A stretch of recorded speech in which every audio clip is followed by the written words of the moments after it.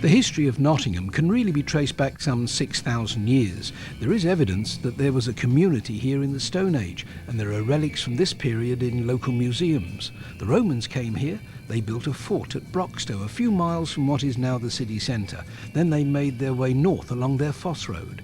King Charles raised his standard here and started the Civil War in 1642. Before then, in 1154, King Henry II granted the town its first charter, and before then, in 1068, 2 years after the Battle of Hastings, the Normans came into the town and built a castle. The ancient Celts called the area the village of cave homes because many of the inhabitants lived in caves. The caves are still here, underneath the city centre. In the early 18th century, Nottingham was called the Garden City. Later it was to be known as the Queen of the Midlands. The centre of the city is the Council House. There was an 18th century building here before known as the Old Exchange. The Prince of Wales opened the Council House in 1928. He owned a farm near Wilford. The Council House cost £500,000 to build. It proved to be a wise investment. But the modern story of Nottingham is believed to have started here at St Mary's Church 1400 years ago, when an Anglo-Saxon with the unfortunate name of Snot founded a community that was to become a great city. The present church was built about 500 years ago. There'd been a pagan temple here before Christianity arrived in this country. There was a Saxon church that was destroyed in 1140. There are Norman remains under the church towers, and there are believed to be fragments of the old churches under the floorboards of the present church. A gang of grave robbers came here in 1827 and carried on a macabre trade supplying bodies to local hospitals. There's a strong Victorian influence here, as with many churches. And most of the woodwork goes back to the 1870s.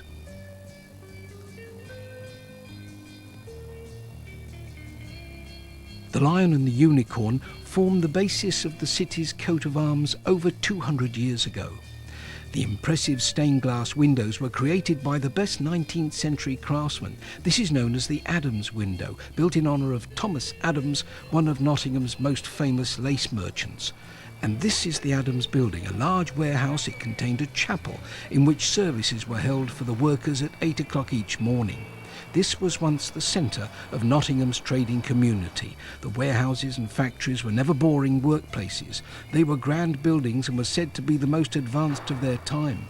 They were built with great care by craftsmen, and some are still producing lace and textiles today. For 60 years, the lace market thrived in this area. John Levers was a 27-year-old mechanic in 1813 when he invented this lace-making machine. For more than a century it produced lace with intricate patterning that was the finest in the world. The Lace Hall used to be a Unitarian chapel, one of the many churches in the lace market. Today it houses a working exhibition which tells the story of Nottingham lace. A wide range of laces on sale, and visitors come from all over the world to see the lace and sample the food, which is all part of the service of the Lace Hall. It's a big tourist attraction and provides a nostalgic look back at an industry peculiar to the city, respected worldwide. Just up the road, there's the Shire Hall, a famous courthouse built in 1759. Gallows were set up on these steps for public hangings. In 1844, 13 people were killed in the rush to see a hanging. An 18th century stonemason who couldn't spell made a mess of the word jail for thousands to see for 200 years. There are plans to make the Shire Hall a national museum of law, crime and punishment. In Nottingham there are all kinds of houses. This is Clifton Estate, planned in 1946, built by Wimpers in 1951. It was the largest council-owned estate in Europe. 8,300 houses with a population of 30,000, a sizable town on its own. Over half the tenants now own their own houses. 130 families live in this high-rise block at Clifton.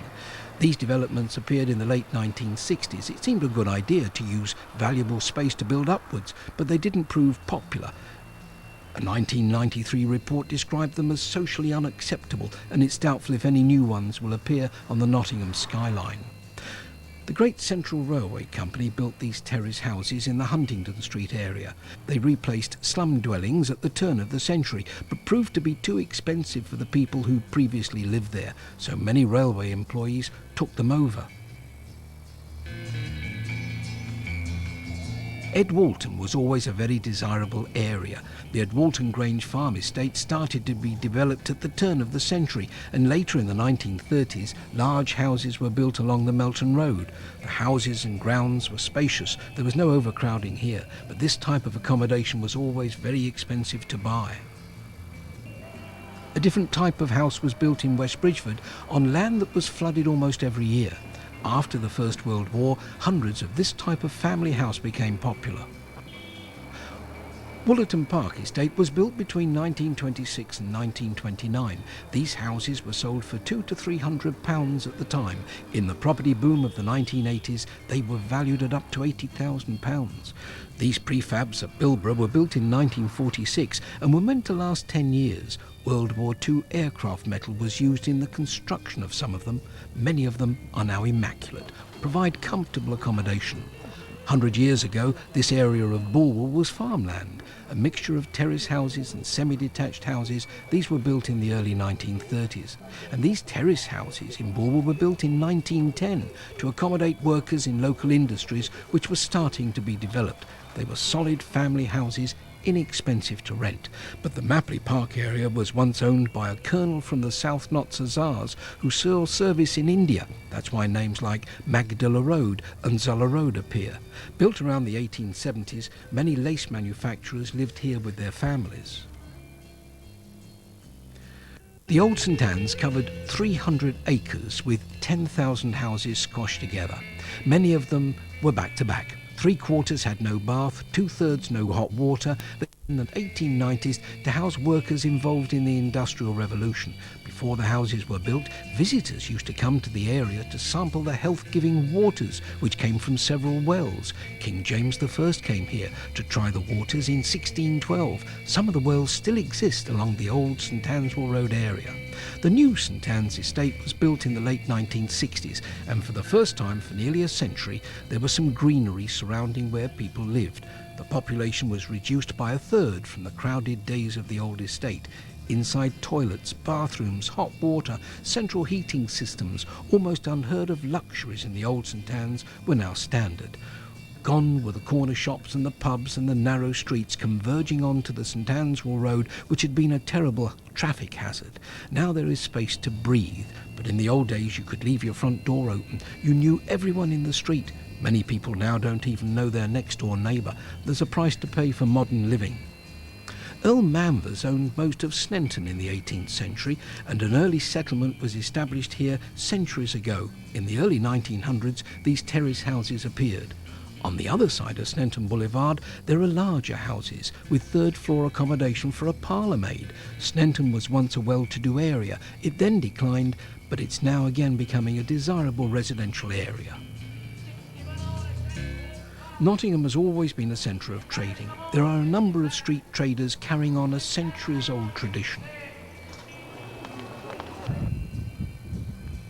Sneinton Market is a popular Monday and Saturday affair which began in the 1830s, serving a crowded residential area of Nottingham.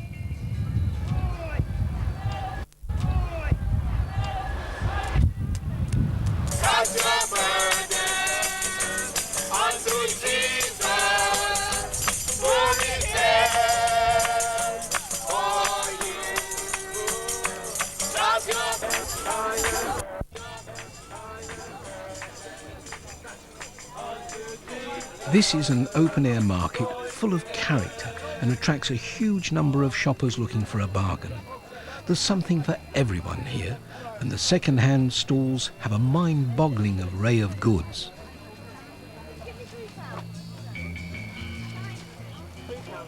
Sneinton carries on a form of trading that can be traced back to the 11th century. For many years, the centre of street trading was the Old Market Square, with over 300 stalls. When that area was redeveloped in the late 1920s, Sneinton Market became even busier and more important. It isn't for DHS&S social, is it? It covers 2.5 acres, but the stalls often spill over to adjoining streets.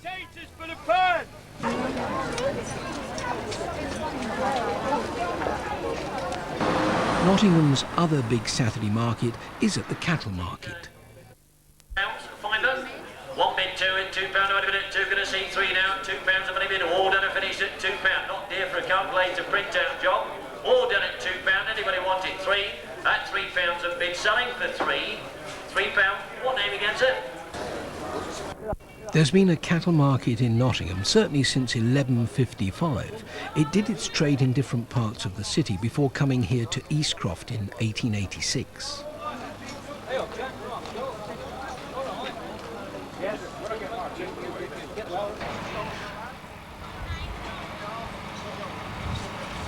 There's no sign of any cattle on Saturday mornings. It's a general market covering 9.5 acres, and shoppers are encouraged to browse and examine every kinds of goods imaginable. There are bargains to be had in every square yard of space. Yeah, I've got a cosy for before. Centuries ago, people brought their goods and produce into Nottingham and displayed them in street markets. Today, that same trading concept is carried on here at the cattle market on Saturday mornings. There are over 100 traders with thousands of articles for sale, and the prices have got to be keen. Out into a receptacle, also dish or a tureen will do nicely. You need a cloth the dye's not going to come out of, bit of old flannelette sheet or t-shirt. The Victoria Shopping Centre was opened for business in 1972. The clock tower is all that remains of the railway station it replaced, together with 2 railway tunnels. The Emmet water clock was designed by Roland Emmet, a quiet but marvellously eccentric cartoonist. It's a focal point of this very successful shopping centre. Almost every major high street name is represented here. They were all anxious to be included in what was the largest shopping centre in Europe when it was opened.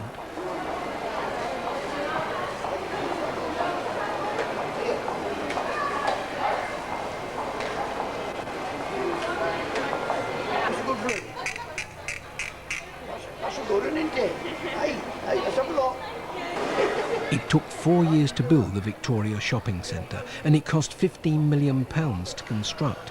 Capital and Counties was the company who took a bold step in pioneering this type of development. They still own the complex together with an American company. There was a major refurbishment in 1988 which cost another £15 million. It's hard to imagine that this was once a railway station, a busy railway line to London on the old LNER, built of red brick and iron girder. It was dismantled, and the development company was said to have bought the most expensive hole in the world to assemble their shopping centre. And underneath the centre, there's the country's largest underground car park for 1,700 vehicles. 120 shops display their wares in 800,000 square feet of selling space. It's not the largest shopping centre anymore, it's simply the best for quality and variety.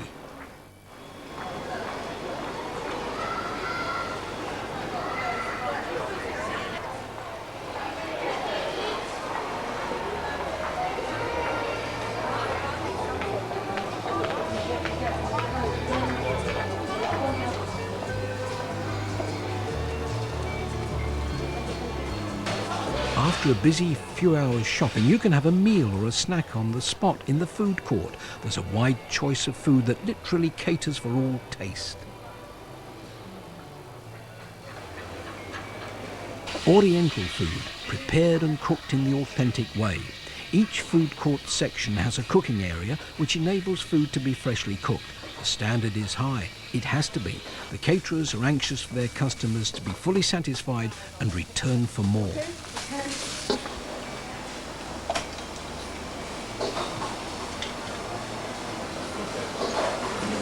The Victoria Market is based within the shopping centre. It's an amazing market and can be favourably compared with any market in this country. It replaced the Central Market, built in the 1920s, on a site fairly nearby, and it's administered by the council. Hot peas have been enjoyed as a delicacy in Nottingham for 100 years. These are the best you can buy.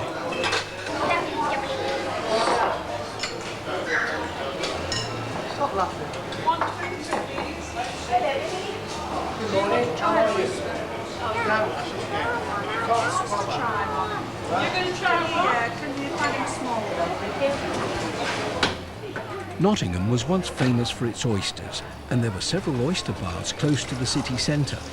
Oysters are now back in favour, and there's a fresh supply to the fish market every morning.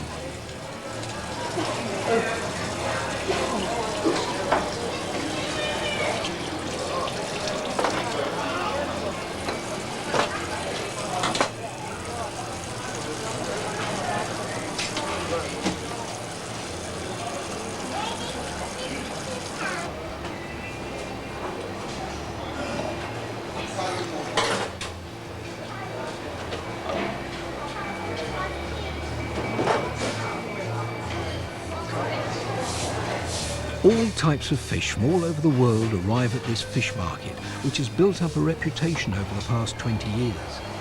It combines with a meat market second to none.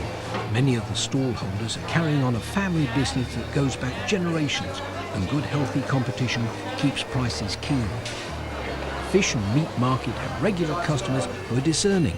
The quality has to be good, the prices have to be right. The vegetable and fruit market is as good as any in this country. This was also formerly based at the old Central Market. A pound for 60 pence for mushrooms. A pound for 60 pence for mushrooms, girls. A pound for 30 pence for kidney beans.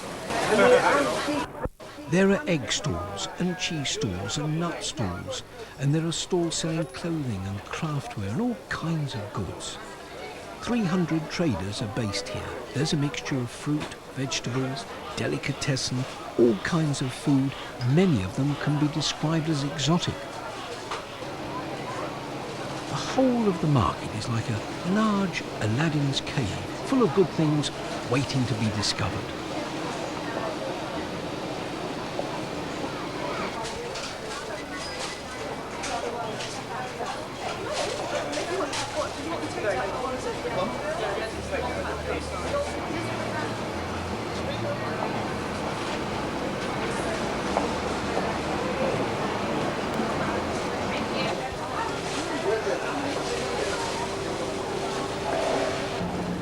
The Marsh shopping centre proves that Nottingham can maintain two large shopping centres successfully.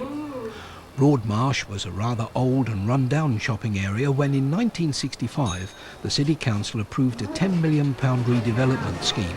In 1973 the new centre was opened in Listergate. It was redesigned in 1986, mainly with different lighting and air conditioning. Over 100 shops are here, many of them of famous names from the High Street. The Marsh shopping centre covers 450,000 square feet, 13.5 acres, and gives shoppers space and comfort. It conveniently adjoins a major bus station.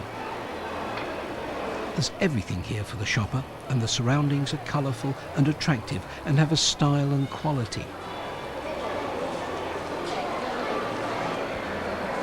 There's an exhibition centre where from time to time craftsmen can be seen at work. Artists and painters have exhibitions of their work here, and there's a great deal of interest, with the emphasis, as with everything at the centre, on quality.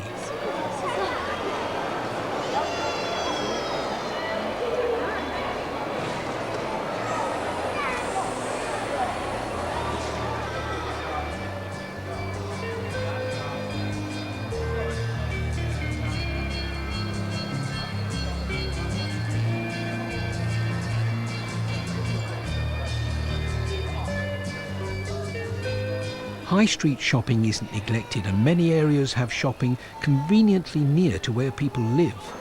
There are shopping areas situated on many busy bus routes where friendly personal service is the keynote, and many communities shop locally, keeping in touch with neighbours and friends at the same time.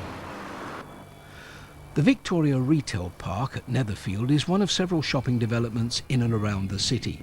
This area used to house the Great Northern Railway sheds. This was the site of the Clough sidings. Many a royal train has parked here for the night. Now it's a huge shopping complex with none of the parking problems of the city centre.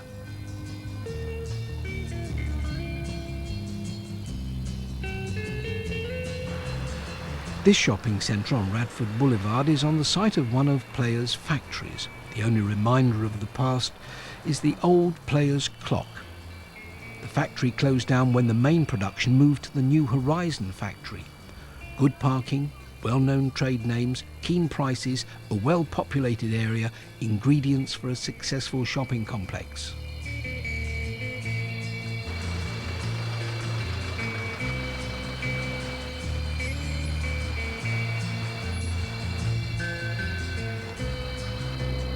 The Nottingham to Langley Mill Canal was constructed in 1792 and carried stone, lime and cotton goods. Now it's mainly pleasure boats, and it forms the boundary to one of Nottingham's most attractive shopping centres.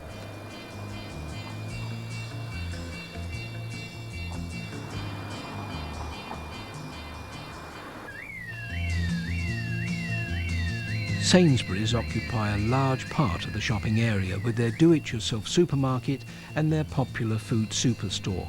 Convenient and ample parking proves popular with motorists, and a wide range of stores selling many different products means shopping in comfort with plenty of room to move around. There are famous names here, ensuring a mark of quality.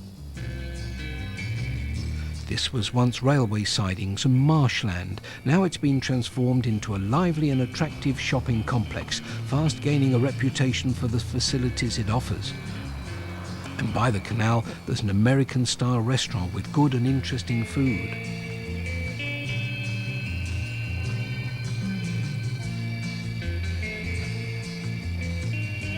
The Nottingham Evening Post has had its offices here on Foreman Street since it was first published in 1878, one of the country's leading regional newspapers, successful in a very competitive world. Editor Barry Williams.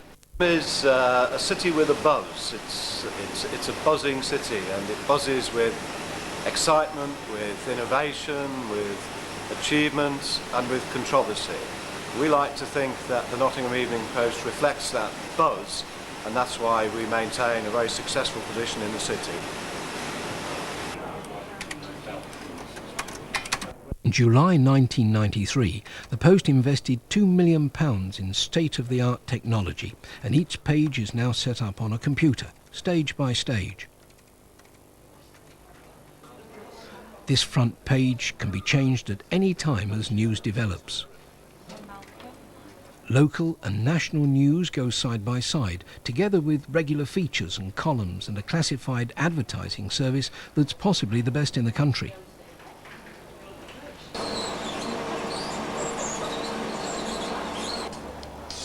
The computer technically produces each single page. It's cut to size. 24 reporters worked on this single issue of the newspaper, together with 14 photographers.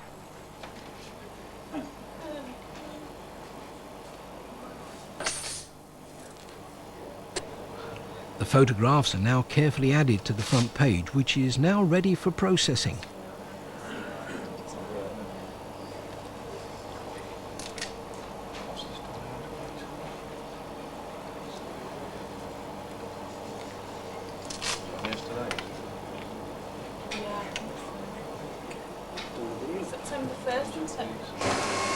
A negative is produced and the whole process is only taking minutes. Modern technology has speeded up the process of producing a newspaper considerably. A plastic printing plate now emerges and it's almost ready to be installed in the printing presses.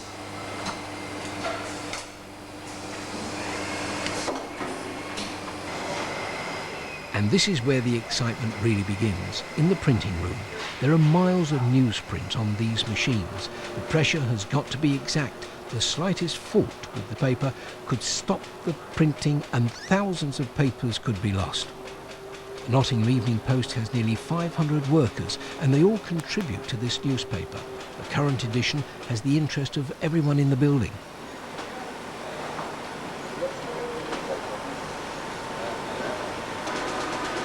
These great printing presses can produce up to 60,000 copies an hour.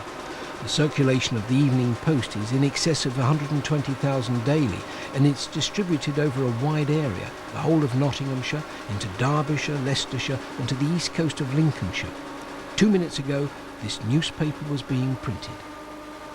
Now it's on its way to hundreds of newsagents.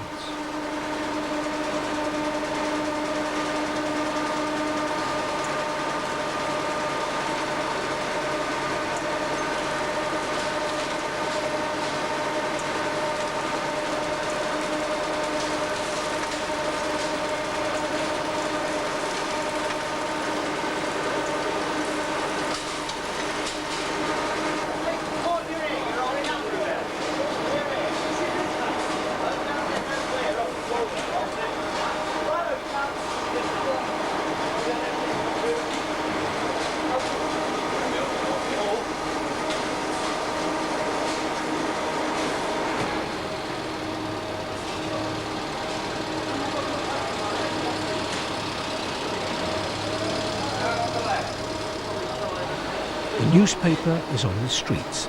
Its front page is being read just minutes from its creation back at Foreman Street.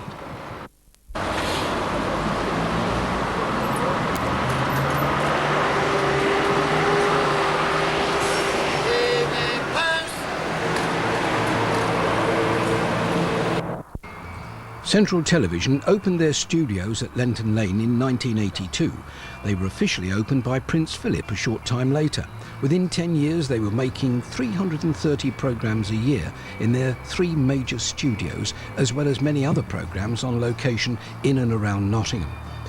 Many famous and popular programmes have been made here. Boom, Bullseye, Family Fortunes, Pot of Gold, Peak Practice, and a huge number of children's programmes. The success of these studios has been phenomenal. In 11 years, Central have won 375 top awards with their programmes, many at international festivals. It's an achievement to be proud of and shows the wisdom of setting up this studio complex. Numerous news and sports programmes originate here, and many independent productions are made at these Central studios. The weekday morning programme Supermarket Sweep is a great deal of fun, but hard work for the production team who make 5 programmes a day. And just enjoy yourself, and thanks for giving up your evening, for coming down and saying hi, and I hope you have a good time. Thanks very much.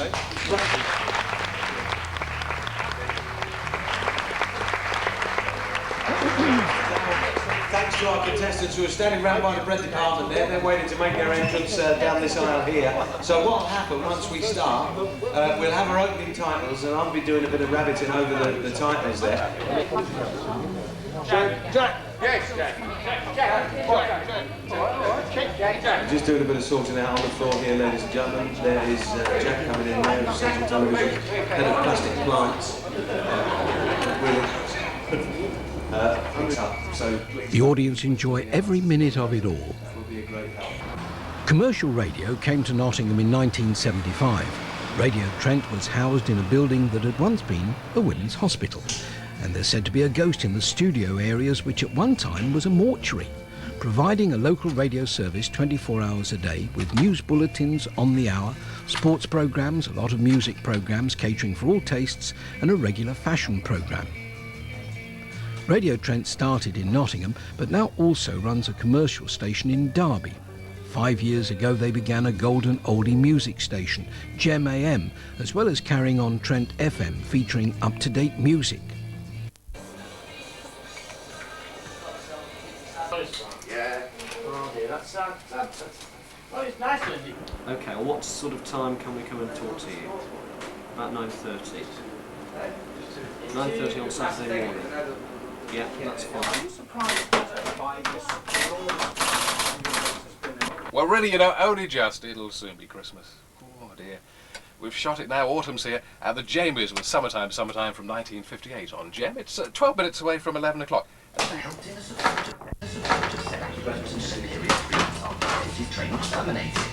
The engineering team have to service 2 Nottingham stations as well as the Derby station, and they look after 5 transmitters. It's a full-time job, keeping 3 studios on the air, constantly checking equipment and spares in a crowded workshop.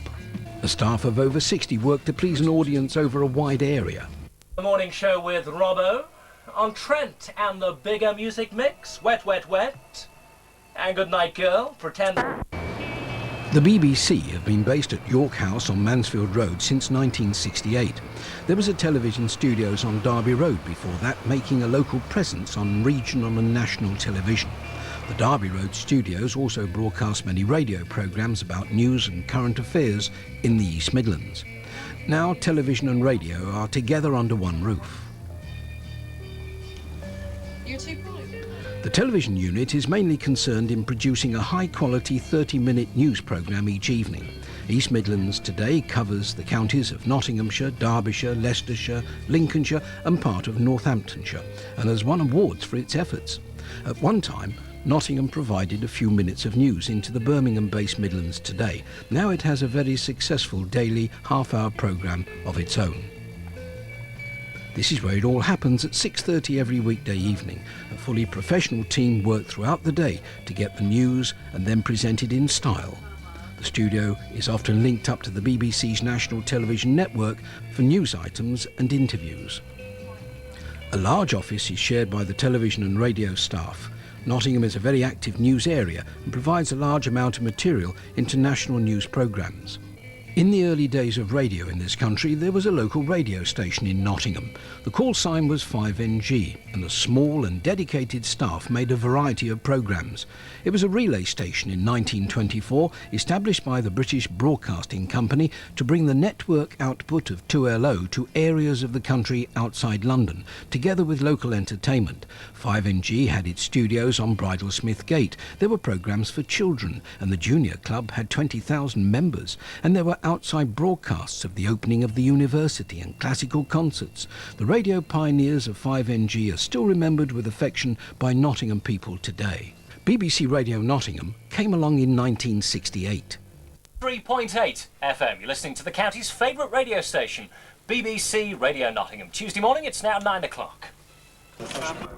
A small staff, including local people, began broadcasting a few hours a day in 1968 and filled the rest of the day relaying national network programmes, very much as they did in the days of 5NG. Now there's 15 hours a day of local broadcasting. Footpaths Preservation Society. Do remember, if you are interested in joining them, John Bosley is the man to talk to. His address. Well, we've got the man who will know today. He's a man you know, of course. It's Dennis Howells, always here on a Wednesday to test your knowledge of films. Here's a chance to turn the tables. There are sequence programmes of 2 and 3 hours duration, full of local news and a mixture of music and speech, some serious, some light-hearted. Local radio is a different type of broadcasting. It's much more personal to its listener. Radio Nottingham carries the largest radio audience in the area, beating all the opposition and the national radio networks. The team of engineers are responsible for 2 major broadcasting studios, 2 FM transmitters and a wealth of equipment throughout the building. There's a flow of programme material to London. Nottingham is the centre of a shared programme network to other BBC stations in the East Midlands. The engineers keep the whole setup on the air 24 hours a day, and the newsroom get the news on the hour, on the air. Radio Nottingham News with Alison Ford. 2 men have been arrested in Mansfield after a man was stabbed at a campsite in Staffordshire. It all sounds so natural and casual on radio that it's easy to forget the backstage team. There's a great deal of care taken in news bulletins and local information which has to be accurate. Details of local events and happenings get broadcast, and a busy and active Nottingham is under the spotlight all the time with its local radio.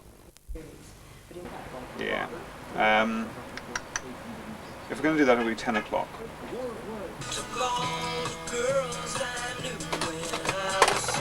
Let's do these. There's a fun day at St John's School on Vale Road at Colwick tomorrow from 10:30 till 1:30. Every programme has its team unit gathering information and preparing for the current and future programmes. A comparatively small staff is kept very busy, but it's a rewarding job in close contact with the customer, the listener. What were you going to say? That was the island. Yes, you can have Sleepy Lagoon, because it was called Sleepy Lagoon. Do you know who wrote it? Right, so Thursday at 2:30. Can you send me, will the book be here by Thursday? We'll try and get back to you, but we can't promise. Okay? Bye-bye. There are general programmes, sports programmes and specialist music programmes. Many listeners stay with Radio Nottingham throughout the day. They get all the news and information they require from their own local radio station. See fur coat and no knickers, the Mike Harding standard as it's become now. Very funny play, we'll have a review of that a little bit later on. Modern technology gets the national and local news, and Radio Nottingham supplies its listeners a varied schedule of programmes. Welcome to the Sunday Show. Sue and Malk Ball. Yes. Okay. Waiter, there's a fly in my soup. Don't worry, sir. The spider in the lettuce will get him. Celebrating their Ruby wedding anniversary today, congratulations, and you're to have a lovely day, and thank you for everything. That's lots of love from Anne, Steve and Louise, and Ash the dog as well.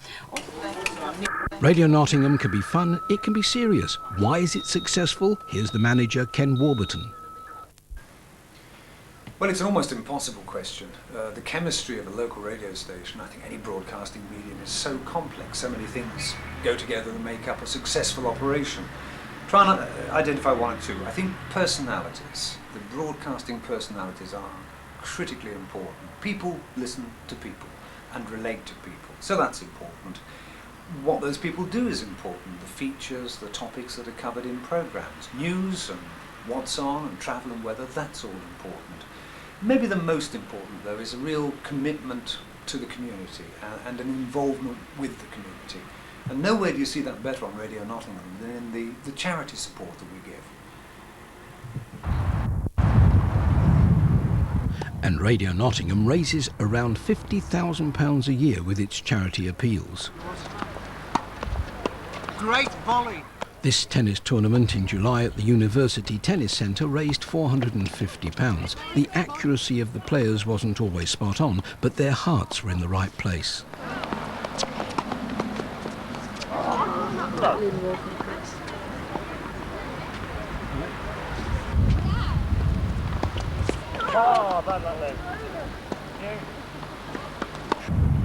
And the young spectators enjoyed their strawberries and cream, slightly less exhausting than playing tennis and definitely more attractive on a hot summer day, just like the folks at Wimbledon, and amidst the fun, a local charity benefits. A raft race at Colwick Park is becoming an annual event. No one knows if there are any rules for this race, but good fun was had by all, with a guarantee that someone was bound to get wet in the process of steering a simple raft from one side of the lake to the other.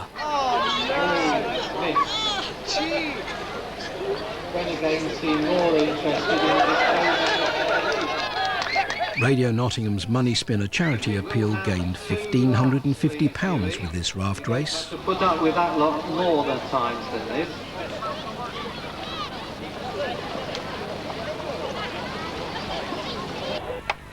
And a highlight of the charity year was a teddy bears picnic in the heart of Sherwood Forest near the Longdale Crafts Centre. Hundreds of teddy bears turned up with their young owners, and again, fun was the main item on the agenda.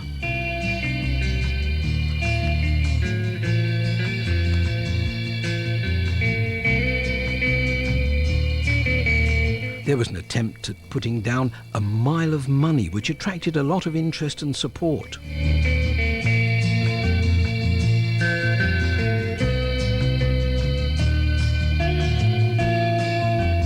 The money made in 1993 helped to build an assessment centre for autistic children. They're children who have great difficulty in communicating, and it was right and proper that local radio, who are in the business of communication, should help children who can't communicate. The Teddy Bears picnic was enormously successful thanks to a hard-working team of volunteers together with many different organisations.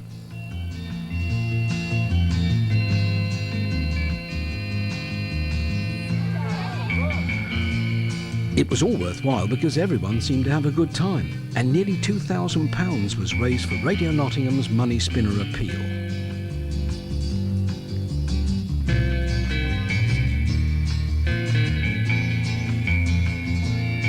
Radio Nottingham raised £50,000 for the Portland Training College in 1991. Situated in 39 acres of Sherwood Forest near Mansfield, 230 students, many of them badly disabled, are trained for jobs and to be independent. Over 6,700 disabled students have been trained here since Princess Elizabeth opened the complex in 1950. Since then, the royal family have taken a great interest in the Portland Training College. There's a major building development involving more training workshops and student accommodation. So there are many kinds of fundraising activities, including a dog show. All kinds of dogs of all shapes and sizes take part, and this event raised a useful £500 for Portland. It's a sunny day. The dogs enjoy showing themselves off, there are prizes to be won, and you don't have to be a pedigree pooch to be here. This is an exemption dog show with very few rules and regulations. There are classes for the dog with the waggiest tail, and the dog the judge would most like to take home. The main aim for the dogs and their owners is to have fun, and there's a fancy dress show where the owners dress their dogs in the most ridiculous gear, and the dogs, anxious to please their owners, never complain. And there's a sausage race. Steady, steady, go!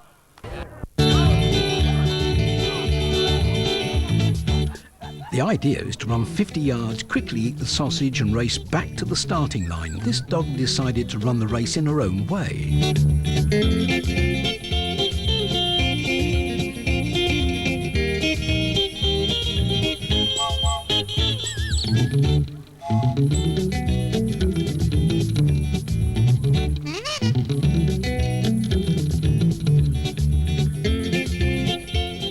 Oh, didn't she do well?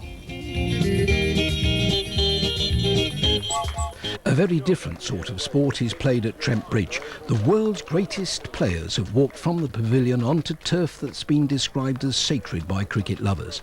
Notts County Cricket Club was formed in 1841 and first played on the Nottingham Racecourse, which is now the Goose Fair site. The team has won the county championship 23 times since its formation. W.G. Grace scored a century here. This is the home of Test cricket, and Notts have fielded some fine players at Trent Bridge. Harold Larwood, Bill Vose, Joe Hardstaff, Reg Simpson, Gary Sobers, Derek Randall and many more.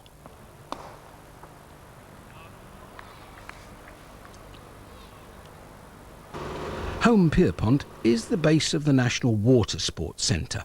It was opened in 1973 by the Prime Minister, Edward Heath, who was a very keen yachtsman at the time.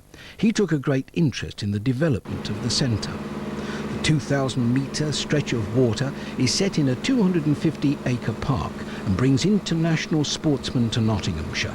It's the finest rowing and canoeing course in the country, and there's a water sport featured most weekends. It makes an ideal venue for the spectacular powerboat racing championships. Competitors come from all over the world to enjoy their sport. Home Pierpont was Britain's first purpose-built multi-water sports activity centre.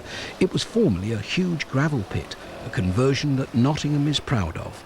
But let's sit back and enjoy one of the fastest of water sports, powerboat racing.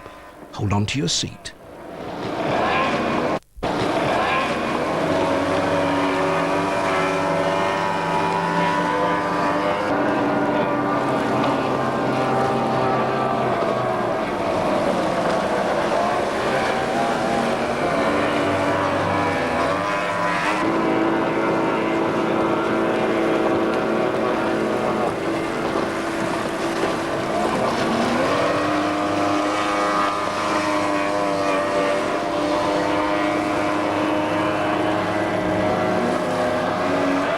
Either side of the River Trent, the oldest league football club play their game.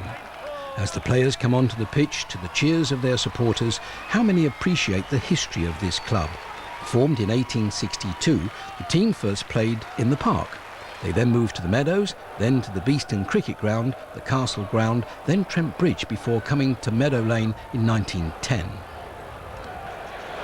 Their manager Mick Walker can't be blamed for not thinking too much about the past. He's concerned with matters today, and the goal is to win matches. In their black and white strip, the Magpies have won all the divisions in their time. Their record gate was over 47,000, but they now have a safe capacity of just under 20,000. They've had some great characters and players, the most famous being Tommy Lawton, bought in 1947 at a then record fee of £20,000. No man is worth that amount of money, said the critics. 4 years, 151 games and 90 goals later, no one was criticising. Tommy Lawton was worth more than £1 million to Notts County Football Club.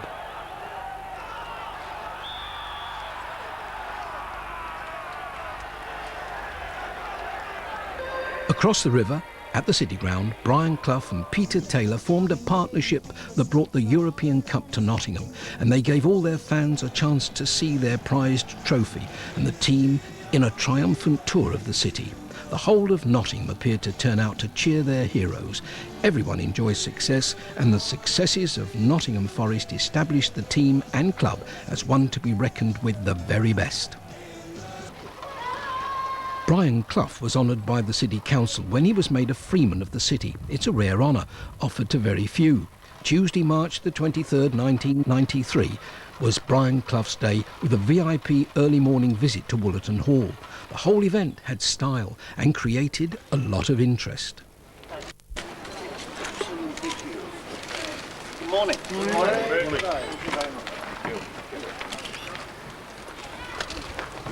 I'm a wee bit busy at the moment, but the answer's yes. But I can't stay long.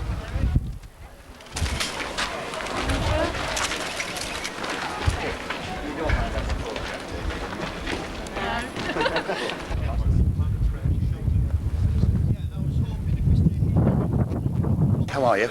Nice to see you. Looking so well. Yeah, good. You Young too. lady, hello, pet. What does Nottingham mean to you, Brian? Well, it's meant a third of my life, Dennis. I've been here now 18 years, 19 years, and I've been coming to Nottingham now for 24 years. I saw my first test match here, and it's a place which I love and enjoy being around. Later in the day, Brian Clough met another famous Nottingham hero, Robin Hood. The meeting was photographed from every angle by the world's press. Lovely. Okay. Just shove me if I get in the way. Have you had a bite of lunch?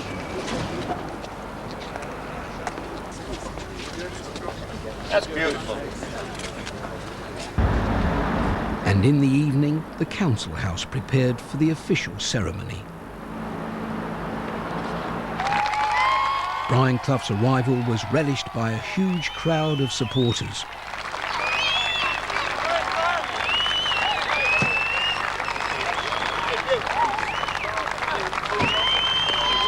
It had been a busy day, and Brian Clough was late for his most important meeting. Lord Mayor, I'm sorry I've been late, but thank you, sir. Nice to see you. Hello, my darling.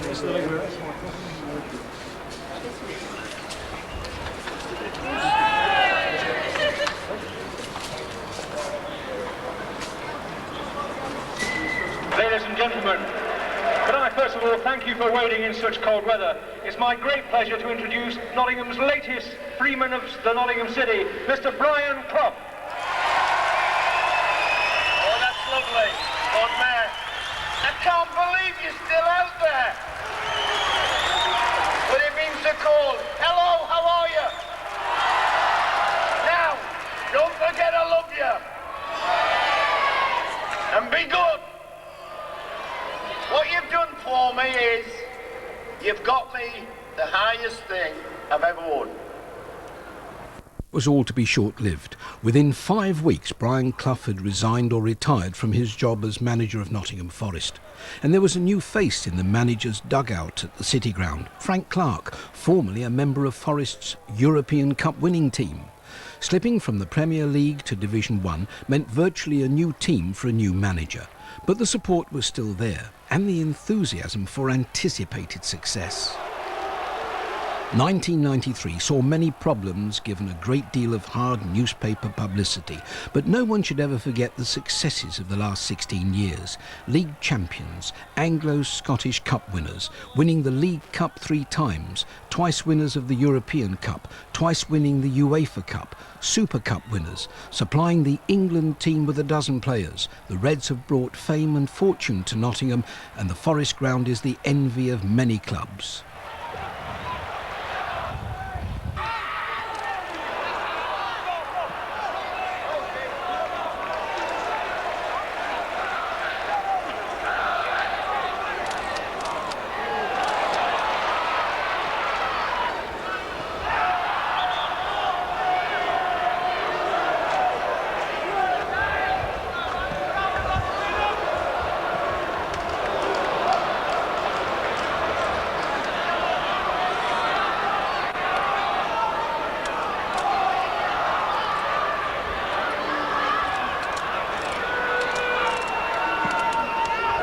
A long time ago, the city's main football ground was based at the castle.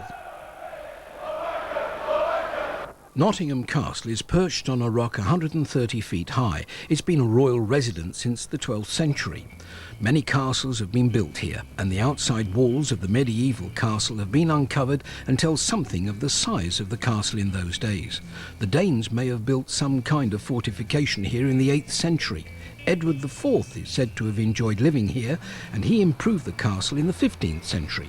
An angry mob marched on the castle when the Reform Bill was thrown out of Parliament, and they burnt down the castle on October the 10th, 1831. The Duke of Newcastle leased it to the City Council for 500 years in 1875 as a municipal museum. The Long Gallery has many treasured paintings, some by famous local artists. An appeal by the mayor for works of art to be donated to the castle in 1877, a year before it was opened by the Prince and Princess of Wales, resulted in the gallery being filled with paintings.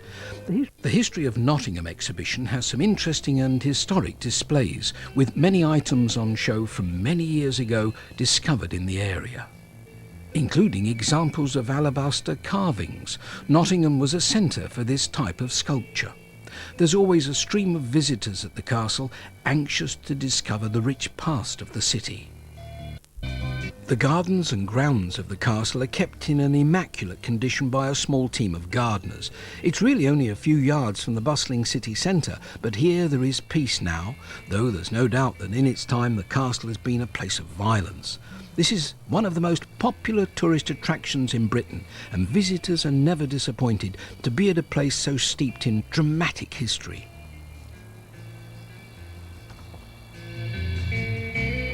There's a souvenir shop now in the gatehouse. Kings and queens throughout the centuries have entered the castle here. Throughout the summer of 1993, the Sheriff of Nottingham met visitors from all over the world at the castle. Wearing his medieval robes of office, he looks at a commanding figure as he answers questions from his guests. Nearly all want to know about his dealings with Robin Hood. The outlaw has made him the most famous sheriff in the world. The 45th Regiment of Foot stand by for their daily ration of grog to be swallowed in one gulp.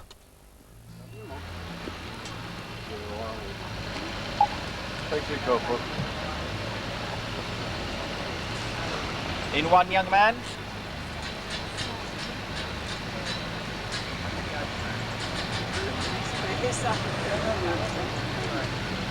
Good.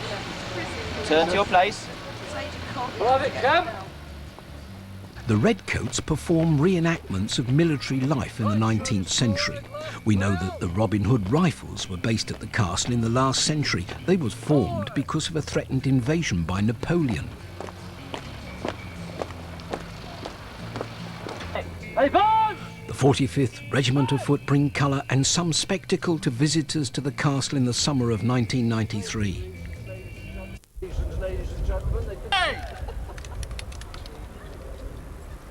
Present! Recover! Meanwhile, at the castle gate, a guide from the Nottingham Civic Society has a keen audience. There's a lot of rebellious tribes around this part of the country, so And on the castle green, members of the Sealed Knot Society set up a living history camp providing an authentic picture of life over 300 years ago.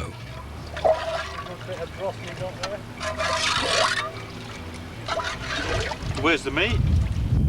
There are bound to be casualties in battle. The surgeon prepares his tools. I must get the rust off, my patients don't like it. The Sealed Knot are an organisation who reenact Civil War battles. Their tunics, costumes and manners are very accurate to the time.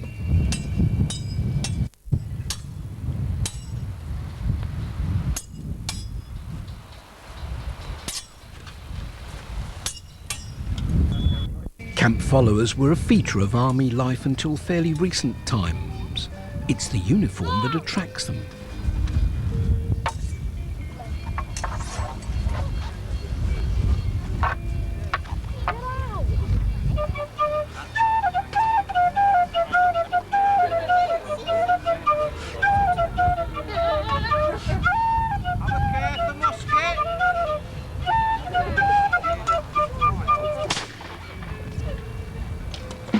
The date is August the 22nd, 1993. On the same day in 1642, King Charles I raised his standard, which heralded the start of the Civil War. What you now see actually took place 351 years ago. That the standard be raised. This act of bravado started nearly 10 years of fighting a bloody civil war, which resulted in one of Cromwell's colonels demolishing the castle.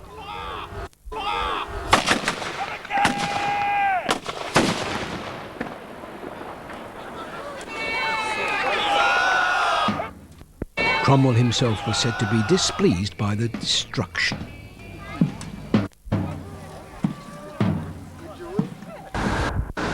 Nottingham Castle and Robin Hood go together. It's appropriate that on Maid Marian Way there's now an exhibition telling his story in sight, sound and smell, a very popular attraction for visitors. I'll sing you a song of Sherwood from the heart of England. I'll sing you a song of Robin Hood and all his merry band. In Sherwood Forest there's a Robin Hood festival. The Sherwood Forest Visitors Centre is near the village of Edwinstowe. People come from all over the world to see where the famous Robin Hood and his merry men lived. This festival brings back the whole atmosphere of the times of the famous outlaw. The entertainment for the visitors is non-stop, with minstrels strolling the area, jugglers, bowmen, jesters, and everyone joins in the grand procession on stilts, on horseback and on foot on their way to the jousting area.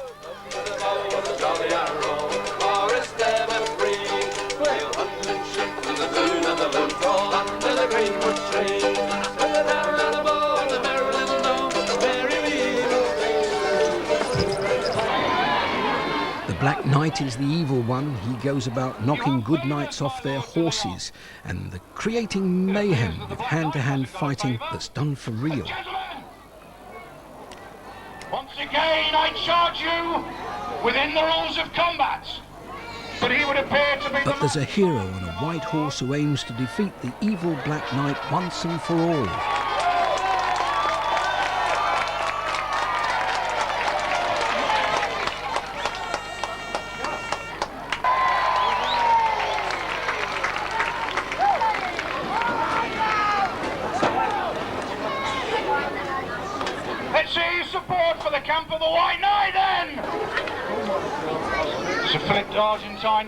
These skirmishes and jousts between Robin Hood and the sheriff's men may well have taken place on this very spot centuries ago.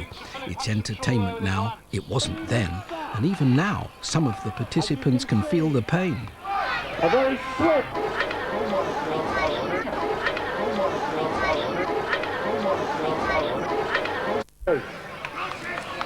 Particularly around these parts of Sherwood Forest.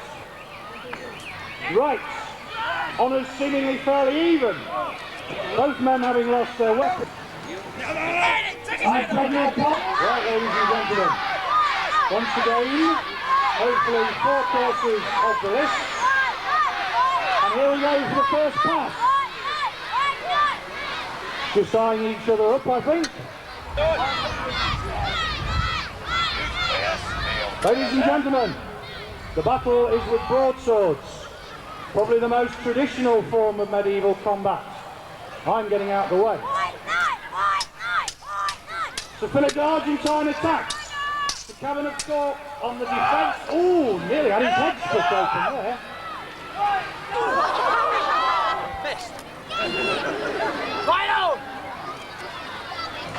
Sir Robin of Locksley, you will not take the law into your own hands. Gentlemen, this battle will not conclude in a melee until you are all of an even temper. My Lord Argentine, I insist that you back away. Gentlemen, you will split. If you wish to melee, your tempers must cool. Behave, Ken. Away from the battle area is the famous Major Oak, supported by the council, the legendary haunt of Robin Hood, one of Nottingham's most famous sons. Another famous son, Leslie Crowther, became a popular actor and comedian on the stage and on television. For much of his earlier life, he lived on Wilford Crescent East. Although I was born in West Bridgford, I went, my parents moved when I was 1 year age to 159 Wilford Crescent East in the meadows. We used to get the cycles out and cycle over Trent Bridge through West Bridgford. Dame Laura Knight was born in Long Eaton in 1877. She's the only painter to have been created a dame.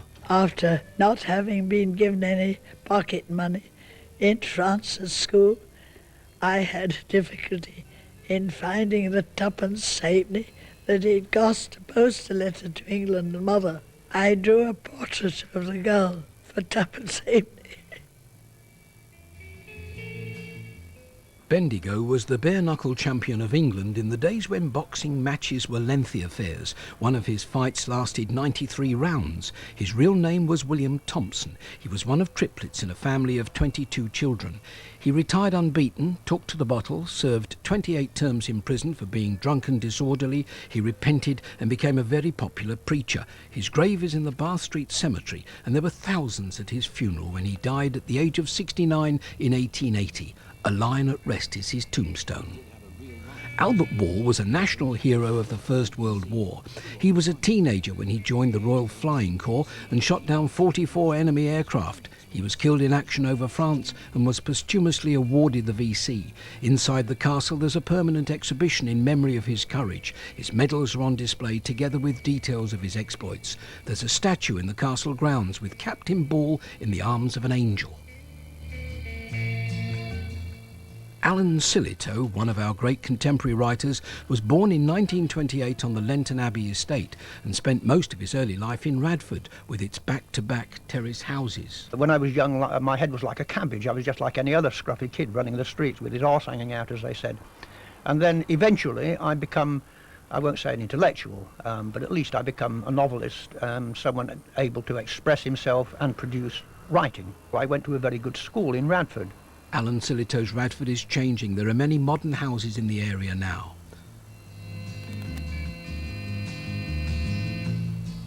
Watson Fothergill was an architect who left his mark on Nottingham. The old Evening News building on Parliament Street is typical of his grand architectural Gothic style. His office is on George Street, where you can still see his grand carvings and reliefs over 100 years after they were first made. This saintly statue is said to be a representation of himself. He doesn't appear to have been a modest man. He liked extravagantly fanciful facades and intricate friezes of craftsmen at work. The Nottingham and Nottinghamshire Bank on Thurland Street was designed by him in 1882 with many fine stone carvings, and in the old Market Square, Queen's Chambers merged Tudor and Victorian styles, and he designed this pub, which is on the site of the old workhouse, later the Nottingham Brewery. It's had many changes of name in recent years. In 1894, he built the Baptist Church on Woodborough Road, which was also a busy school serving this area of St Anne's. It's now the Pakistani Centre, as busy as ever as an Asian community centre. Jane Torvill and Christopher Dean were two ice dancers who came to the fore in the 1970s and 80s. They became world champions and Olympic champions, and to become the greatest in their chosen sport, they practised ceaselessly at the Nottingham Ice Stadium. They're great ambassadors for their city.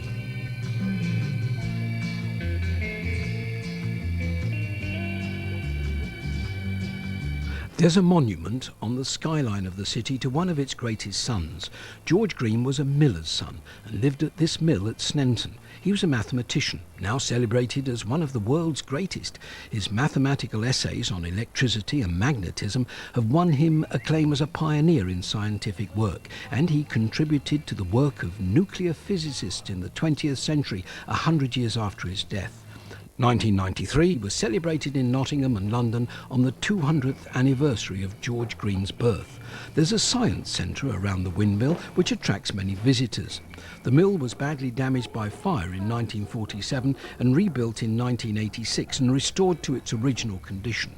Flour is milled here and sold in the souvenir shop. It's very much a working mill and a marvel of 19th century engineering, and earns respect for its complex workings based, of course, on its environmentally friendly but powerful wind power.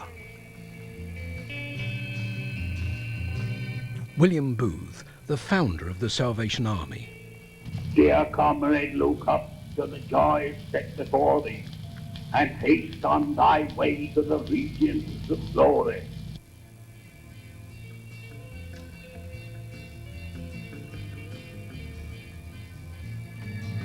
He was born in Nottington Place. In this small first-floor bedroom in 1829, he saw great poverty all around him.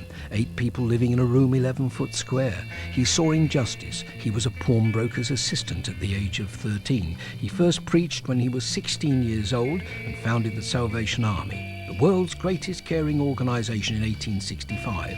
He was made a freeman of the city of Nottingham in 1905. This complex is a tribute and memorial to the life of one of Nottingham's most important sons, but it's more than a museum of the past. The Goodwill Centre helps people and families today. The work started by William Booth goes on while ever there is need. He was angry at injustice and poverty, but he also had a sense of humour, and he cared very deeply for his fellow man.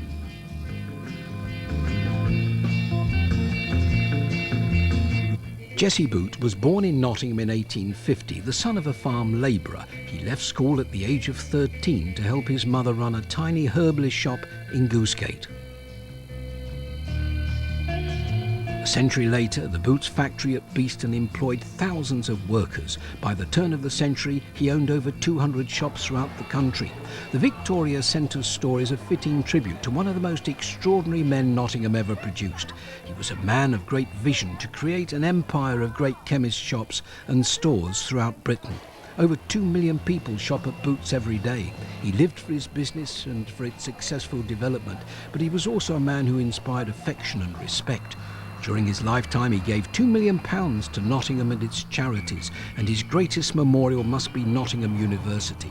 He bought the land at Highfields and gave over £1 million towards the foundation of the university. 8,000 students are based here at the university, the first choice of many students coming from all over the world.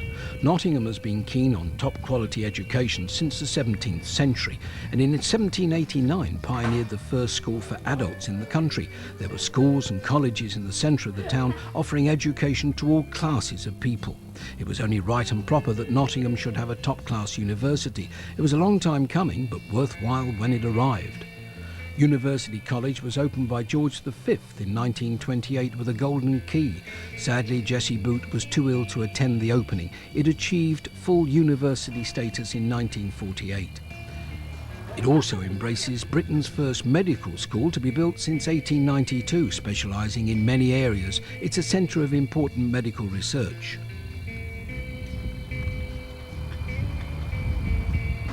And there are still new buildings being erected to add to the prestige of one of the world's great universities. The students at the university do sometimes relax and hold some unusual events. They have an annual rag week and a student procession in the city every year. And here a group of medical students chain themselves together to run a 3-legged race to Amsterdam. They have to get there from the old market square at minimum cost by road, air or sea. And along the way they raise thousands of pounds for charity.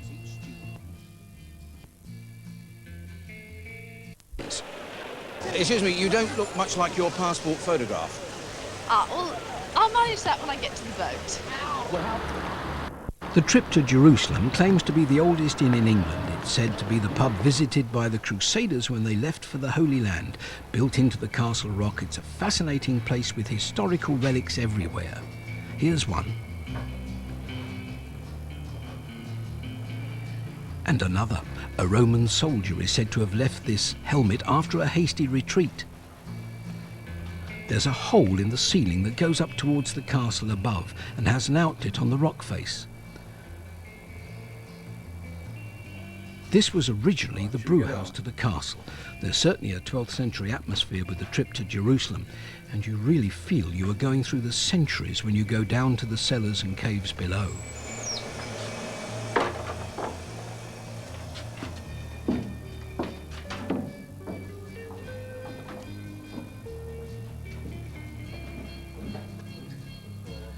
Here's the condemned cell used by the castle warders to house villains and sinners.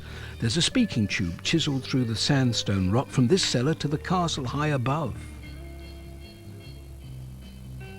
Yates's Wine Lodge, described as an extravagant gin palace in 1876. The salutation goes back to 1240. Highwayman Dick Turpin stayed here and the Royalists recruited pub customers for the Civil War. The Royal Children gets its name from Queen Anne's children who lodged here 300 years ago. The famous whalebone was the gift of a sea captain who was visiting the town selling whale oil for oil lamps.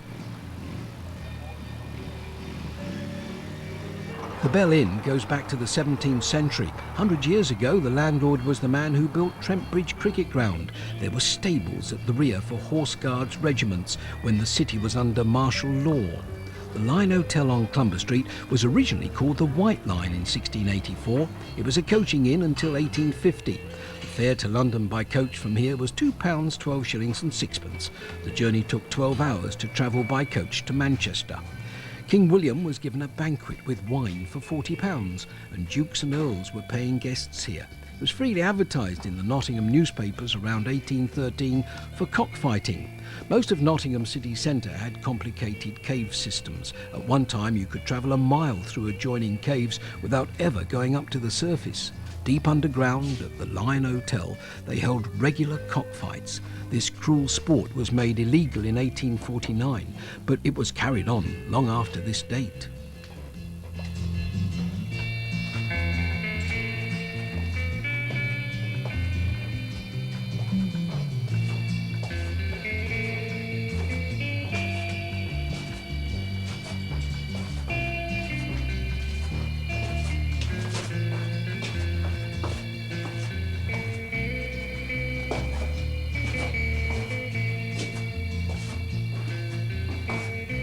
So-called sportsmen would bring their fighting cocks down here, and there would be large amounts of money gambled on the result. 200 guineas might be wagered on a fight.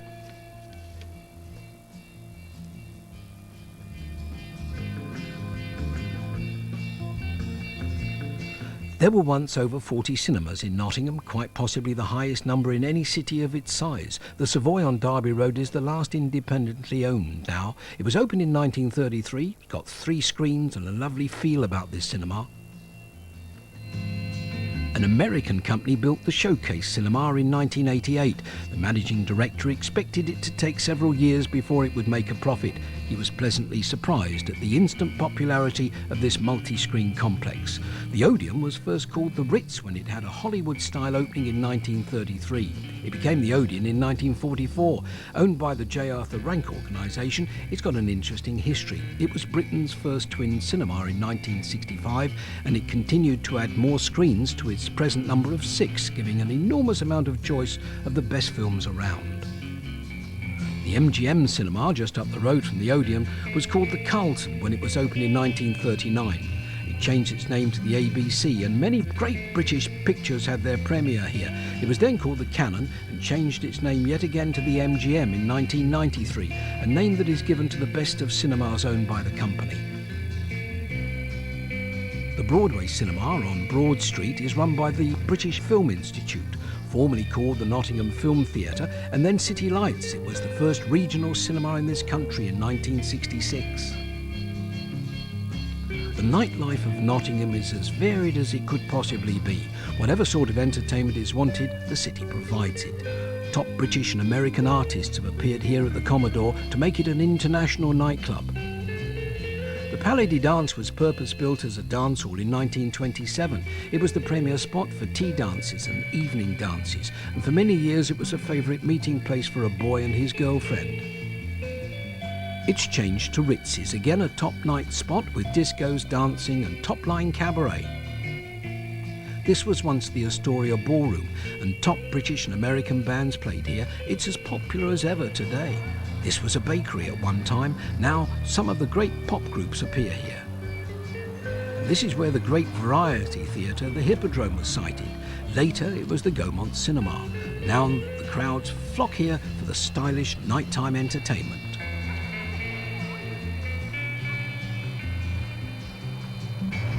There are discos, nightclubs, cabaret venues, dance floors, and bright and cheerful clubs for those who like a gamble.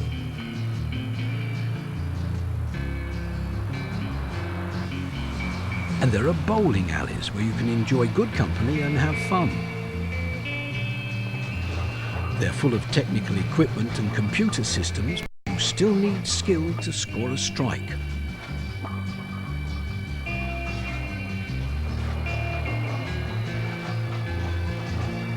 The Albert Hall was originally built in 1864. It's a Methodist church, and for many years it was Nottingham's only venue for fine classical concerts. Then the Royal Centre was built, including a large concert hall that is certainly one of the very best in the country. It's on the site of the old Nottingham Empire Music Hall, and some of the world's greatest artists now come to entertain.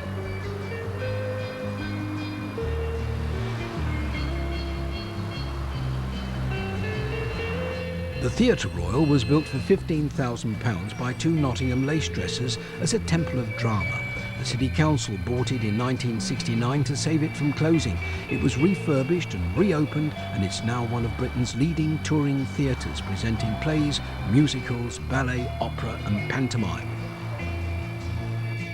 Lord Snowdon came to Nottingham in 1963 to open the new Nottingham Playhouse. Peter Ustinov and a galaxy of guests were also at the glittering opening. The original Playhouse was on Goldsmith Street. It attracted top directors, but backstage it was so small that scenery had to be put out onto the street. So the new Playhouse was built, and top directors soon made it one of the leading repertory theatres in the country. Many original plays were premiered here and then transferred to the London theatres. William Shakespeare once came to Nottingham in 1615. He'd have been delighted to have seen his plays performed at the Playhouse. The Co-op Arts Theatre on George Street was a Baptist church prior to 1948, when it was converted to a 320-seat theatre. The Lace Market Theatre in Halifax Place started life as a Zion Chapel in 1761. It was a fee-paying school and a warehouse before the Nottingham Theatre Club opened it up as the Lace Market Theatre. Eating out is a popular pastime in Nottingham, and there's a great choice from pizza bars to fish and chip shops. And there are dozens of fish and chip shops providing good and nutritious food at a reasonable price.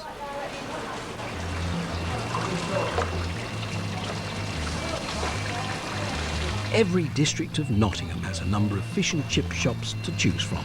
They have to be Nottingham's favourite food places, and this has to be the original fast food service.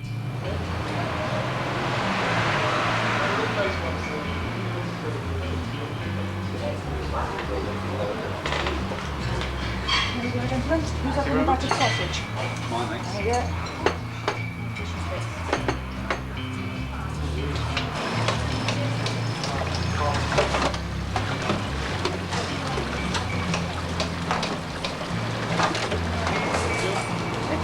You can enjoy a bag of chips at any age. Thank you. Hold them tight. Thank you. Bye. Have one then. There are all sorts of restaurants in Nottingham, from French bistros to Japanese cuisine. And there are over 50 Indian restaurants with their varieties of hot and mild curries. They first set up business in the 1950s, and customers were soon sampling the vindaloos and the tikkas and the pompadums and the Bombay ducks.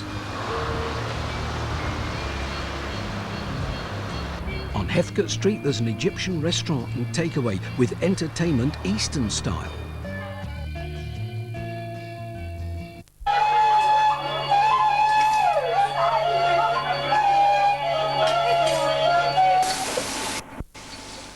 Egyptian food is like no other. It's truly exotic with its grills and its tasty concoctions of sauces and dips. The customer has around 20 good-looking and tasty dishes to satisfy anyone with a good, healthy appetite. And you do have to have a good appetite. This isn't for the finicky feeder. Spices, herbs, unusual pickles and a variety of Eastern tastes. It really is different from any other kind of food. And eating out Egyptian style not only fills you with delicious food, it turns out to be a night of fun and entertainment.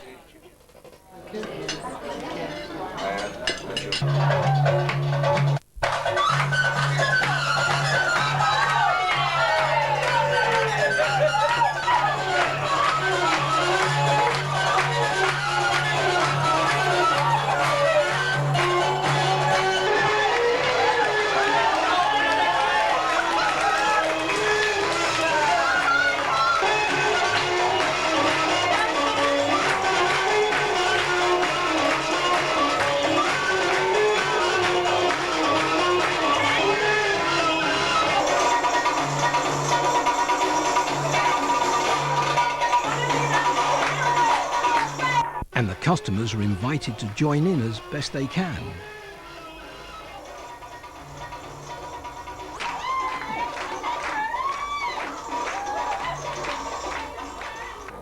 I wonder what he and his mummy think about it all.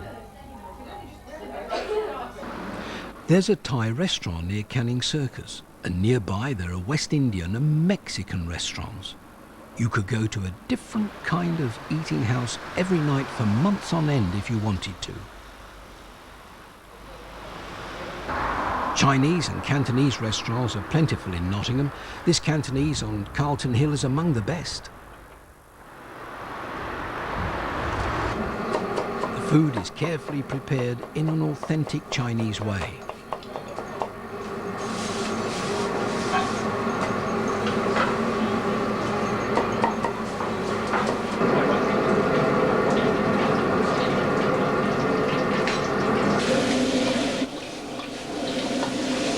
The actual cooking is exciting and different. Fast cooking with intense heat is the secret of the successful Cantonese menu.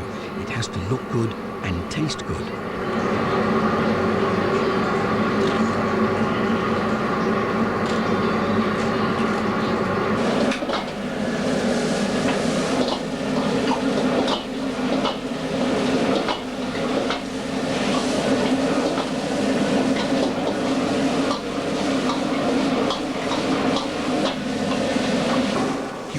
Good appetite to appreciate Cantonese food.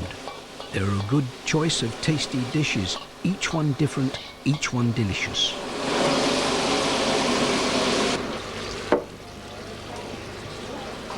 Here's the full flavour of the Orient, served by some very pretty girls, who are always helpful with advice about the food they're offering.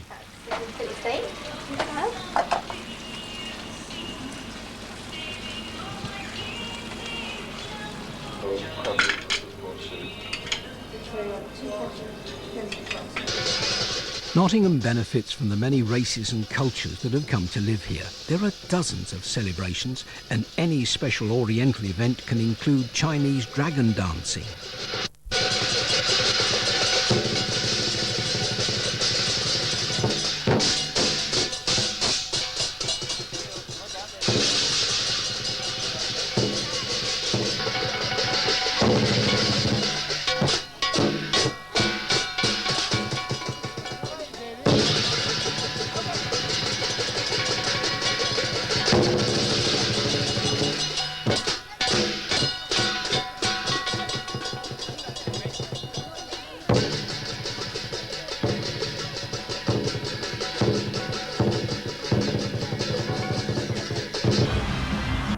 West Indian community have their celebrations too, with a colourful and spectacular Caribbean festival which winds its way through the city, bringing happiness and joy and lively music from the sunny Caribbean, and everyone's invited to join in.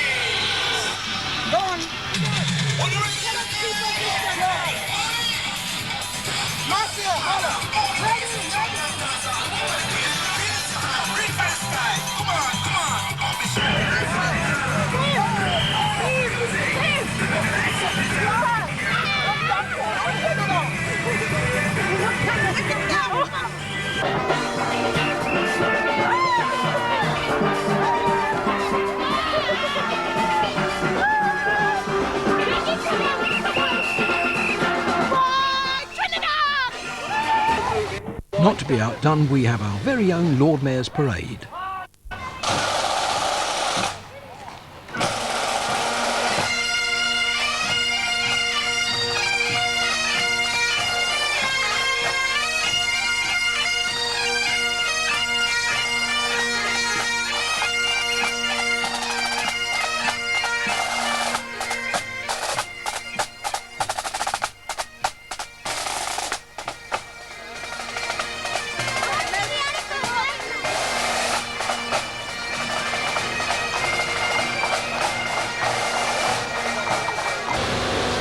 The Lord Mayor heads the parade on an elephant which misbehaved and wouldn't walk and had to be transported on a low loader.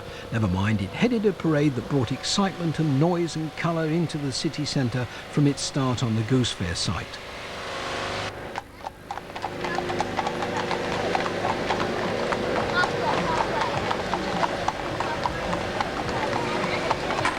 The onlookers saw 90 different floats pass by, representing Nottingham life today.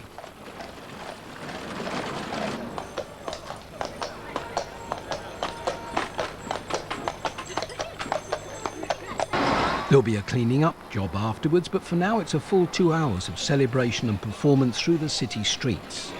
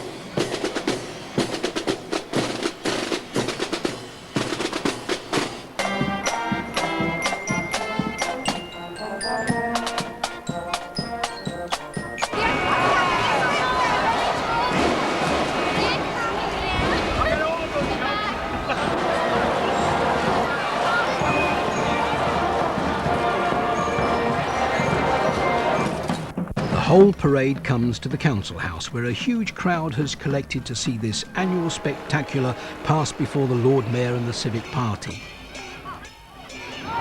And there's an oriental touch this year because the Chinese National Circus is in town and they want to join in and perform their acrobatics to the delight of the crowd. Regular exercise is still regarded as one of the best ways to improve your lifestyle. So this year... And a reminder that Mother Goose is the pantomime at the Theatre Royal.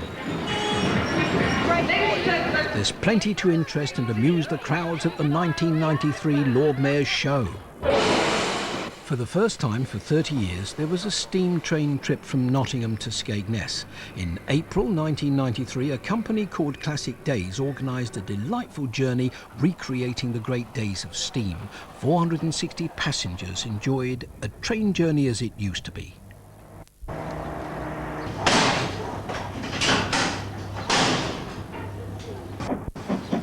This train is owned by a businessman based at Ashbourne. It was built in 1954 in Brighton. It's travelled 500,000 miles in the last 40 years, and you couldn't put a value on this train. It's priceless.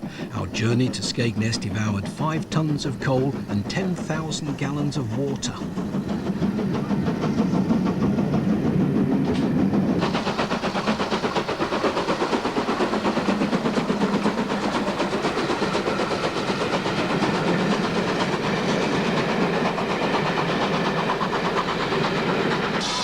A huge crowd of train spotters turned out for the arrival at Skegness.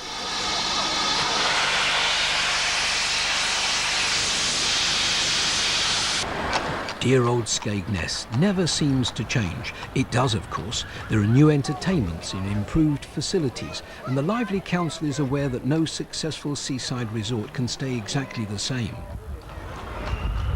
This is really the only way to travel around Skegness, passing the Embassy Theatre, where all the top stars come to entertain in the season. He hasn't got a care in the world, and why should he? The children are well catered for, with their own corner of Skegness. And there's the Pleasure Beach. This is where Billy Butlin had his fun fair. And when he made his money, he opened a holiday camp in Skegness, the first of what was to become an empire of holiday camps at resorts throughout the country.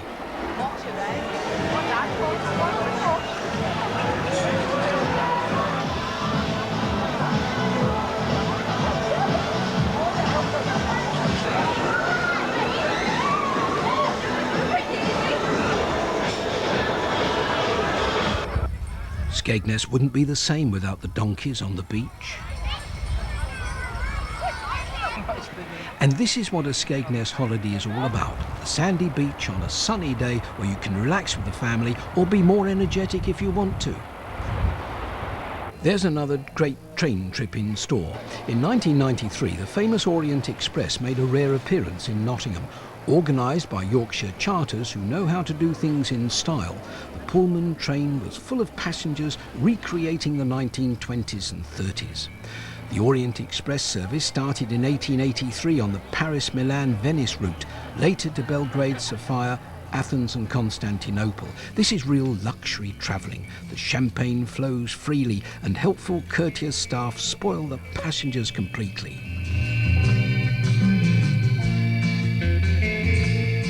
The Orient Express is a place for drinking companions to get together, but in style.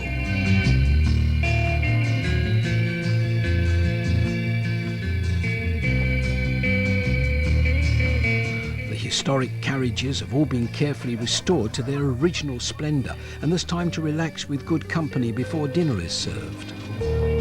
There are several kitchens on the Orient Express, busy for most of the journey preparing first-class food for the first-class travelling passengers. Luxury and comfort are the order of the day. The restaurant carriages were restored at workshops in England, Belgium and Germany, and all the carriages are decorated in the authentic 1920s style. Thank you, madam.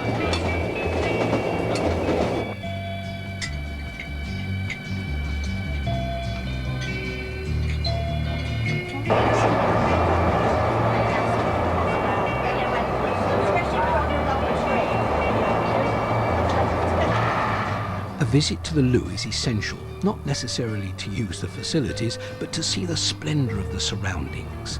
The Orient Express travels through the alpine countryside in Austria and Switzerland to Budapest. Our trip was to Lincoln and back, but what a journey.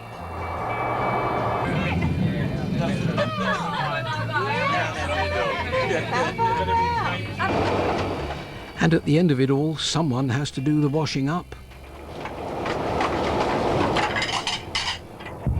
A very different trip to the butterfly park at Farnsfield, providing a fascinating day out. 350 butterflies flutter about freely among the visitors. Some butterflies only live a few days, others a few weeks. Chrysalids have flown in from all over the world, but some of the butterflies are breeding here. Over 30,000 visitors a year enjoy the charm of elegant creatures on the wing.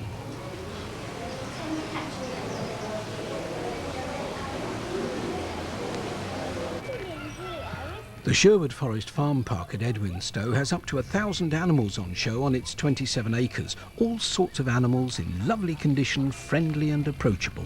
They're all great characters and they all like human company. The animals and the visitors are free to roam over a large area. There are some rare breeds of farm animals here, as well as some familiar ones. A water buffalo with some spectacular horns.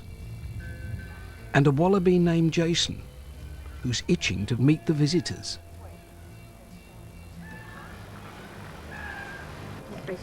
A very different day out can be had at the Model Aircraft Centre at Goosedale Farm at Bestwood.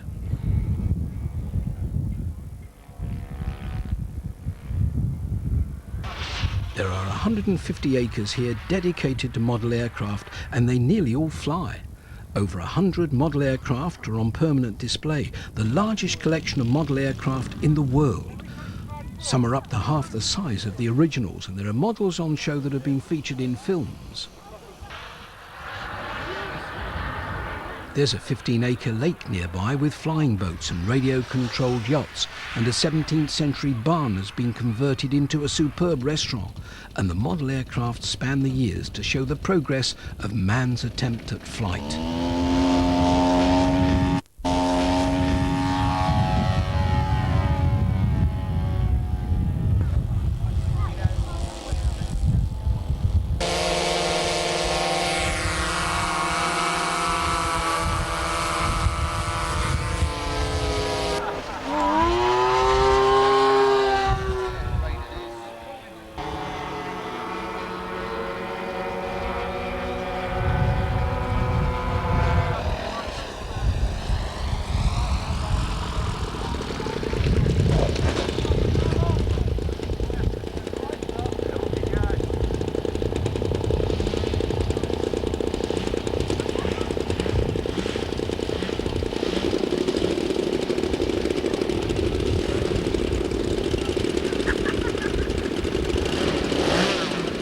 This shows a model aircraft under complete and disciplined control, perfect obedience. On the other side of the city, there's Tollerton Airport. It was called the Nottingham Municipal Airport when it was opened by the Director of Aviation in June 1930. An air pageant was staged to mark the occasion. To demonstrate his faith in the future of aviation, the Mayor was asked to make the inaugural flight. Quick as a flash, he was off the ground to get a bird's-eye view of the city.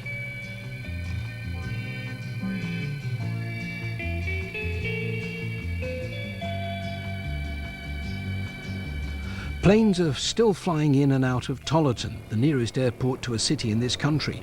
In August 1993, there was a 4-day international exhibition showing the latest designs and technology in aviation development. There were light aircraft, helicopters, kit aircraft, microlights, autogyros, gliders, hang gliders, jets, and classic aircraft on show. The skies over Tollerton were buzzing with action, and on the 220 acres of the airfield there were static displays and exhibitions, as well as a fun fair, craft stalls and plane manufacturers giving demonstration flights for visitors.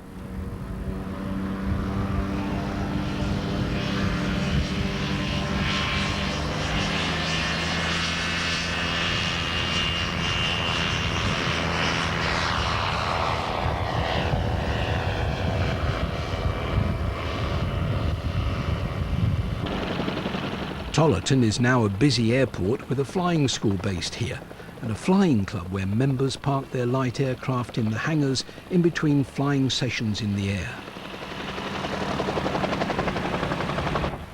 Nottingham people like to visit places of interest, and less than 30 miles away there's the National Tramway Museum at Crowther in Derbyshire.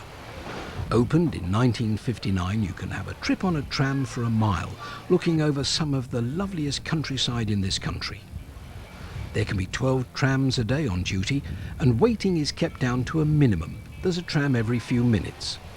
50 tram cars can be seen in the sheds, horse-drawn, steam and electric.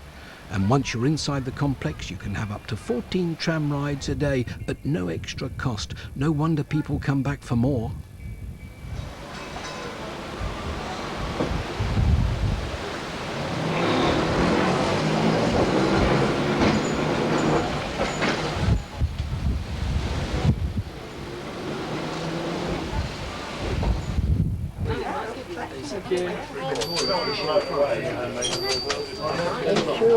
Passengers of all ages can experience the glorious days of the tram.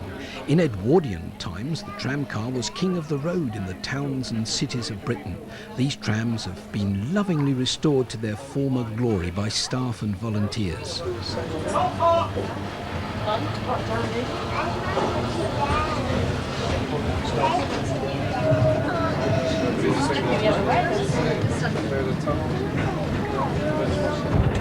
There are spectacular views of the Derwent Valley and beyond. The museum is on a site used by George Stephenson to build a mineral railway hidden high in the Derbyshire hills. The street scene is an authentic one, and there are souvenir shops, permanent exhibitions. The National Tramway Museum at Crowther's got to be one of the most exciting experiences in this country. You can go back in time and have a stylish, memorable ride.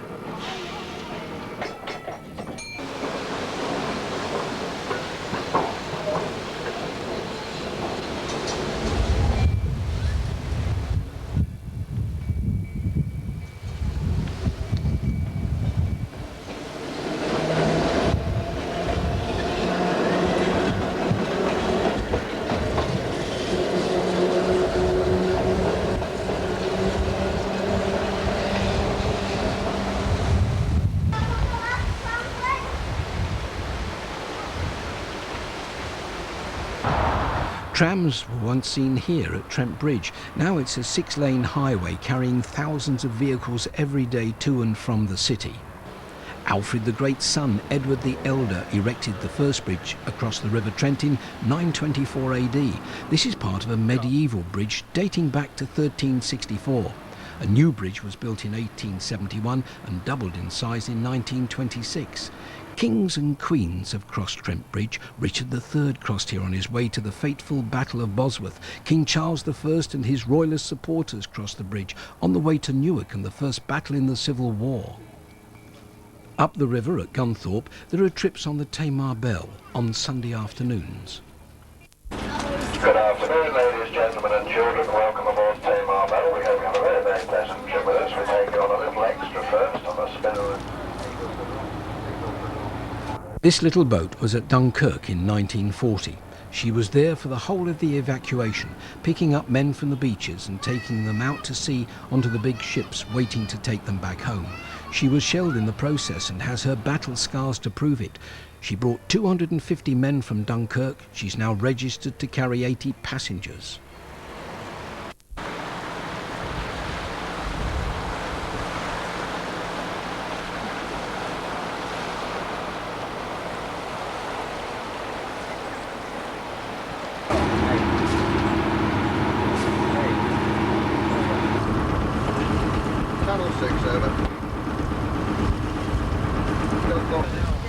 And here's a sign of wildlife on the river, disturbed at his devotions. Canada geese are now a common sight. Series of what they call navigation weirs, that's dams across the river that hold the water back. The Tamar Bell has been on the River Trent since 1959, and here's a character who also has his place on the river. The Tamar Bell started life on the River Tamar in Devon and Cornwall in 1926. This swan and her cygnets are quite used to visitors. Right-hand side is a heron on the bank. As well as Sunday afternoon trips, the Tamar Bell is also used for private functions and evenings of jazz along the river.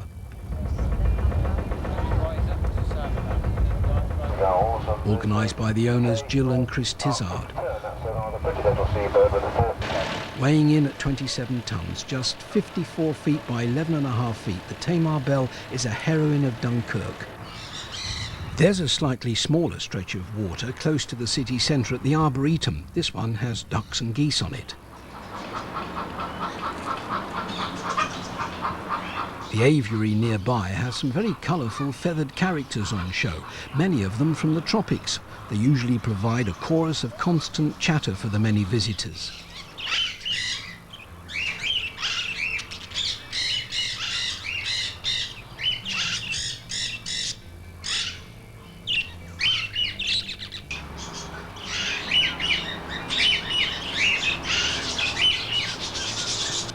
The Arboretum was opened in 1852 and covers an area of 19 acres. The public were then admitted free of charge 3 days a week and on Sunday afternoons. Smoking was prohibited in the grounds. There's a Chinese pagoda with 2 Russian guns captured at Sebastopol in 1856 and 2 false guns to balance the display. There are some beautiful flower beds at the Arboretum. They provide spectacular colour at all times in this beautifully kept park. The layout of the Arboretum has changed very little in the last 140 years. It's a very peaceful place. There are 528 acres of parkland at Wollaton Park, just 3 miles away from the Arboretum. The impressive Wollaton Hall took 8 years to build. It was completed in 1558 by the Willoughby family. The Nottingham Council acquired it in 1924 at no cost because they sold some of the land for housing. The avenue of trees leads to fine colourful gardens with fountains and a golf course. The grounds are still extensive and are a favourite place for Nottingham folk to visit. There's an important industrial museum housed here and a team of park rangers who ride over the whole park on horseback to make sure all is well.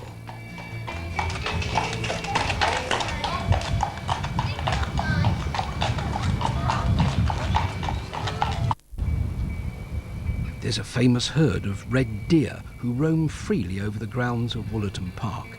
At times they're quite shy, and you may have to walk quite a distance before you see them. Edward VII and King George V and his Queen Mary have all stayed at Wollaton Hall and have enjoyed watching the deer, which have been here for well over 400 years.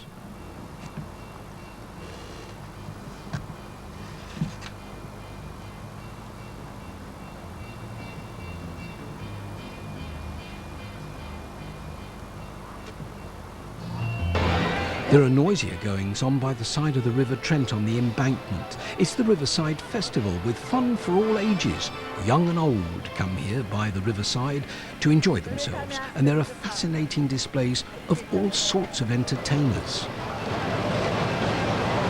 Over 70,000 people visit the festival, which sees a jamboree of street theatre, circus and a street fun fair. There are fairground organs and steam engines, and some of the biggest names in the world of jazz are at the festival, and there's a chance for a youngster to win a prize on one of the stalls. Thank you very much. Thank you. Right. There's all the fun of the fair, and lots more in the way of entertainment. It all adds up to a very popular Riverside Festival, and while the younger members of the family enjoy themselves, Mum and Dad can repair to the Avery pub on Trent Bridge. But now, the one and only Goose Fair. Whereas several prescriptive rights and franchises are by divers royal charters and letters patent ratified and confirmed to the citizens of this city, amongst which a fair is to be yearly held and kept forever on the feast day of St. Matthew the Apostle, which fair, by an order of the Secretary of State under the Fairs Act 1873, is to be held on the first Thursday in the month of October.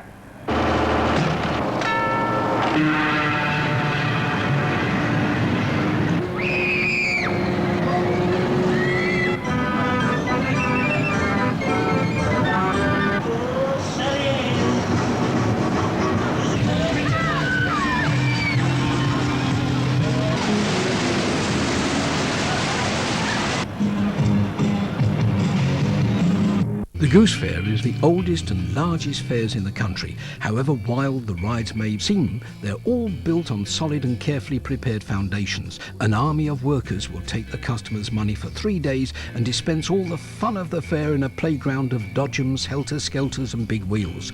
All this on an 18-acre site, which together with the showman's caravans form a small town.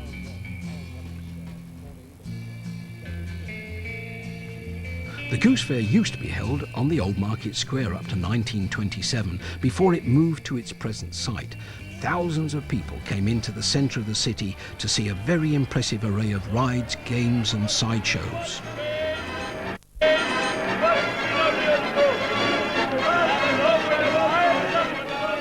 And here's one of the great characters of the old Goose Fair, Billy the Pelican, encouraging the crowd to visit Bostock and Womwell's menagerie.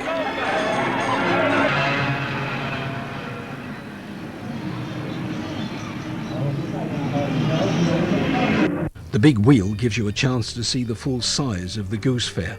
There are gentler rides for the children, small-scale miniatures of some of the adult rides, and some of these adult rides churn the stomach and thrill.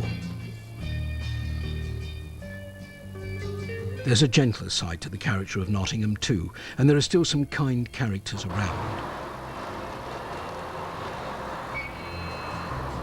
We've explored some of Nottingham's history and some of her people and enjoyed some of her events. The Queen of the Midlands has survived another year and celebrates with a big firework display down by the River Trent.